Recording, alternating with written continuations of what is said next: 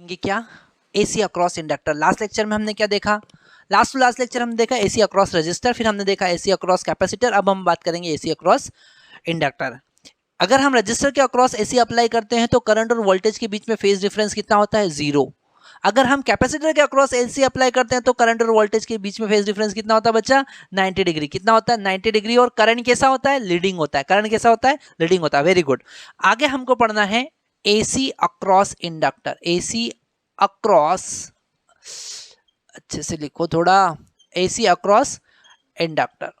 Okay, AC across inductor. तो हमारे पास एक इंडक्टर है और उसके अक्रॉस हमने अल्टरनेटिंग वोल्टेज अप्लाई कर दिया। ये अल्टरनेटिंग वोल्टेज है Vt is equal to Vm sine omega T. Okay, तो एक अल्टरनेटिंग करंट फ्लो होने लगा It। कैसा, अल्टरनेटिंग का मतलब केवल साइन नहीं होता, साइन भी हो सकता है, कॉस भी हो सकता है, और दोनों का कॉम्बिनेशन भी हो सकता है। साइन और कॉस का एडिशन भी हो सकता है, सब्ट्रैक्शन भी हो सकता है, ठीक है, मल्टीप्लिकेशन भी हो सकता है, वो भी ऐसे ही बनाएगा। Vt is equal to Vm sine omega T आपने अप्लाई किया। इंडक्टर के लिए हमको पता है कि Vt जो होता है वो होता है L di/dt। इंडक्टर के अक्रॉस पोटेंशियल कब आएगा, जब करंट चेंज होगा। That's why it is called inductor. Induction होता है उसमें, EMI इलेक्ट्रोमैग्नेटिक इंडक्शन होता है। करंट टाइम के साथ में वेरी करेगा तो उसमें EMF इंड्यूस होगा, यही कॉन्सेप्ट होता है। ओके, तो यहां पर अगर हम DI का वैल्यू कैलकुलेट करें तो वो तो होगा, इस dt का इधर मल्टीप्लाई कर दिया और L से डिवाइड कर दिया तो इट इज DI, और इसको इंटीग्रेट कर दो, है ना। तो IT जो हमको मिलेगा वो मिलेगा 1/L integration VT dt। Okay, ये बहुत ही इंपॉर्टेंट कॉन्सेप्ट है। हमेशा जिंदगी में ये बात याद रखना कि कैपेसिटर का जो कॉन्सेप्ट होता है उसका जस्ट अपोजिट कॉन्सेप्ट इंडक्टर का होता है। कैपेसिटर में वोल्टेज को डिफरेंशिएट करते हैं तो करंट मिलता है, इंडक्टर में वोल्टेज को इंटीग्रेट करते हैं तो करंट मिलता है। वोल्टेज को इंटीग्रेट किया तो करंट मिला, ठीक है, ये बात हमको याद रखना है, जब तक फिजिक्स पढ़ोगे याद रखना है। 1/L integration VT dt। अब VT का वैल्यू ही तो पुट करना है, क्या करना है बच्चा, क्या करना है, केवल यहाँ पर VT। ये समझ में आया आपको, आया कि नहीं आया। यहाँ पर हमको क्या करना है, अपोजिट, कैपेसिटर के अपोजिट, ठीक है। तो यहाँ पर IT is equal to 1/L जी इंटीग्रेशन ऑफ VT। VT का वैल्यू कितना, बताओ बताओ कितना है VT का value, Vm sine omega T कितना है, Vm sine omega T dt।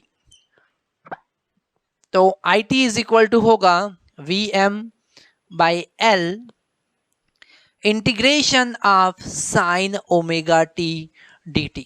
Oh, sine का इंटीग्रेशन तो हमको पता ही नहीं है, पता है कि नहीं पता है, दैट इज माइनस कॉस। क्या होता है, माइनस कॉस। वेरी गुड, आपको तो सब कुछ पता है, आपको तो सब कुछ पता है, माइनस कॉस ओमेगा टी। और हमने आपको यह भी बताया है कि टी में जिसका मल्टीप्लिकेशन है डिफरेंशिएशन में मल्टीप्लाई करते हैं। अभी थोड़ी देर पहले हमने यहाँ पे मल्टीप्लाई किया था कि नहीं किया था, किया था ना मल्टीप्लाई। अब हमने यहाँ डिवाइड कर दिया, इंटीग्रेशन में डिवाइड करते हैं तो डिवाइड कर दिया। समझ में आया कि नहीं आया, पक्का।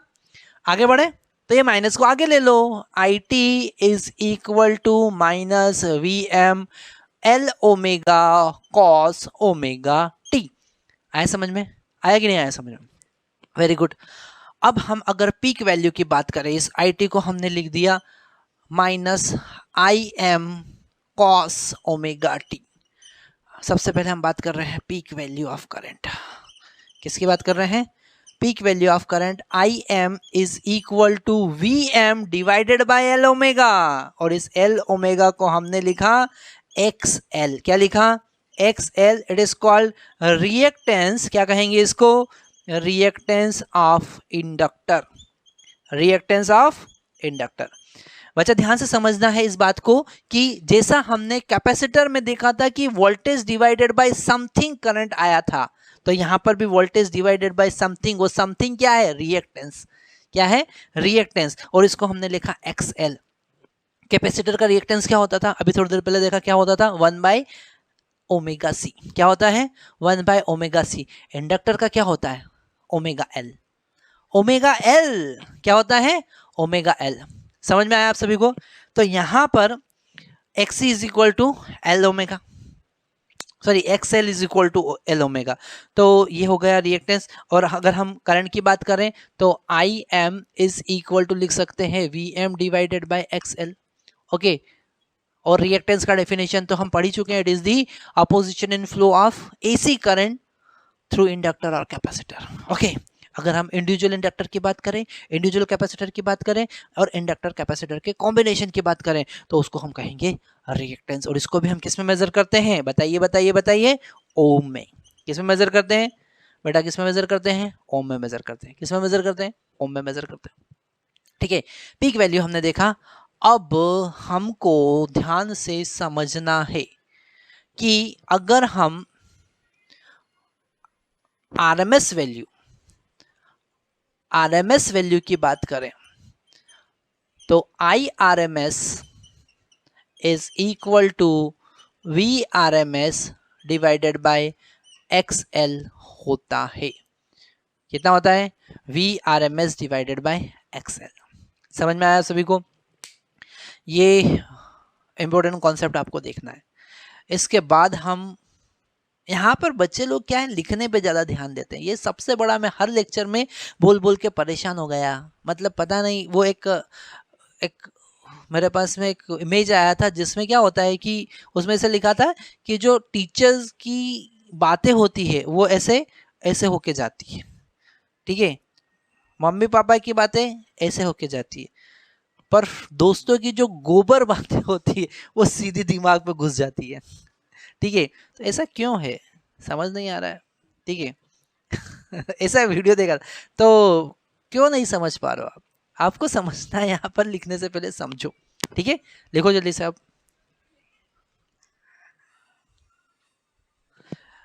आगे हम देखते हैं यहाँ पर अगर हम वोल्टेज की बात करें, जो वोल्टेज हमने अप्लाई किया था वो था V M sine omega T, पर करंट हमारे पास में आया, ये आया यहाँ करंट, यही तो लिखा था अभी थोड़ी देर पहले, ये लिखा था ना, करंट यही आया कि नहीं? माइनस आगे है तो माइनस लिख दिया, आई एम कॉस ओमेगा टी। अब यहाँ पर हम फर्स्ट क्वाड्रेंट वाला कॉन्सेप्ट लगाएंगे। कौन सा कॉन्सेप्ट लगाएंगे? तो बच्चा लोगों हमने यहाँ पर वोल्टेज देखा V M sine omega T, पर करंट क्या आया? क्या आया? क्या आया? आया minus I M cos omega T. अब यहाँ पर हम फर्स्ट क्वाड्रेंट में साइन के फर्स्ट क्वाड्रेंट का कॉन्सेप्ट यूज करेंगे कि sine pi by two minus omega T cos omega T होता है। क्या होता है बच्चा? Cos omega T. तो इसको हम यहाँ पुट कर देंगे, है ना, बिल्कुल इजी कॉन्सेप्ट है। Minus I M as it is, इसको हमने लिखा sine pi by two minus omega T. आया समझ में? ओके, आगे देखते हैं। आगे हम को ये बात बहुत अच्छे से पता है कि जो साइन है वो ऑड फंक्शन है, मतलब sine of minus theta minus sine theta होता है। क्या होता है? माइनस साइन थीटा, इस माइनस का अंदर मल्टीप्लाई कर सकते हैं। साइन ऑड फंक्शन है। कैसा है? ऑड फंक्शन है। कॉस इवन फंक्शन है। Cos of minus theta minus cos theta नहीं होता है, कॉस थीटा ही होता है, वो इवन फंक्शन है, ये ऑड फंक्शन है। तो आई टी को हम लिखेंगे आई एम, माइनस को अंदर डाल दो तो sign omega T minus pi by to. ये इंटरचेंज होगा कि नहीं होगा? होगा कि नहीं होगा इंटरचेंज? है ना, ये इसे माइनस हो जाएगा और ये प्लस हो जाएगा। माइनस का मतलब क्या होता है? माइनस का मल्टीप्लीकेशन का मतलब क्या होता है? प्लस वाला माइनस होगा और माइनस वाला प्लस हो जाएगा।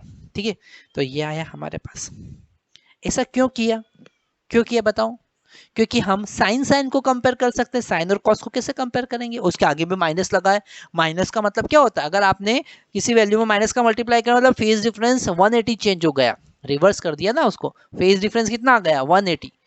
ठीक है, तो ये छोटे छोटे कॉन्सेप्ट हमको समझना है। आगे देखते हैं हम यहाँ पर। अब हमको इस कॉस और साइन के बीच का फेज डिफरेंस मिला पाई बाई टू। अरे ये तो फिर से वही मिल गया, ये तो इंडक्टर के जैसा ही, कैपेसिटर के जैसा ही इंडक्टर में भी फेज डिफरेंस 90 डिग्री मिल गया, पर यहां पर माइनस आ रहा है। क्या आ रहा है? माइनस आ रहा है। तो यहां पर करंट जो है वो लैग करेगा और वोल्टेज क्या करेगा? लीड करेगा। हम क्या लिखेंगे?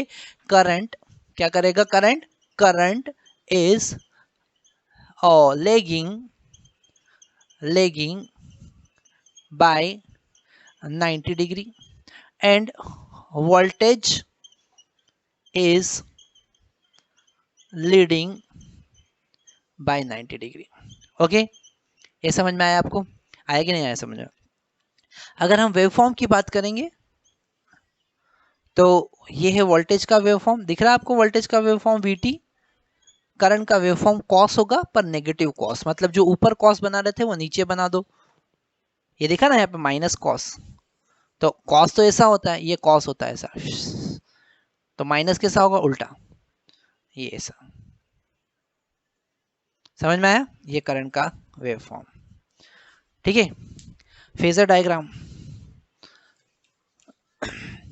फेजर डायग्राम अगर हमको बनाना है तो हमने अगर वोल्टेज को रेफरेंस लिया है वी फेजर, तो करंट जो होगा वो लेगिंग होगा आई फेजर, और करंट को अगर हमने रेफरेंस लिया है तो वोल्टेज 90 डिग्री लीडिंग होगा, है ना। लीडिंग का मतलब एंटी क्लॉकवाइज, लेगिंग का मतलब क्लॉकवाइज। पॉजिटिव एंगल का मतलब क्लॉकवाइज, पॉजिटिव एंगल कैसे मेजर करते हैं? क्लॉकवाइज। नेगेटिव एंगल कैसे मेजर करते हैं? Anti clockwise. नहीं, गलत बोल दिया, ध्यान से सुनो। पॉजिटिव एंगल को एंटी क्लॉकवाइज और नेगेटिव एंगल को क्लॉकवाइज। तो यहां पर लीडिंग है करंट, वोल्टेज लीडिंग है मतलब कि पॉजिटिव, करंट लैगिंग है मतलब कि नेगेटिव। तो ये फेजर डायग्राम आपको ध्यान से समझना है। यहाँ पे फेज डिफरेंस कितना है? 90 डिग्री। तो वापस से हम कॉन्सेप्ट की बात करेंगे, तो पहला कॉन्सेप्ट है रिएक्टेंस का। पहला कॉन्सेप्ट क्या है? कॉन्सेप्ट नंबर 1 है reactance XL is equal to omega L. Capacitor का कितना था? 1 बाय ओमेगा सी। कितना था?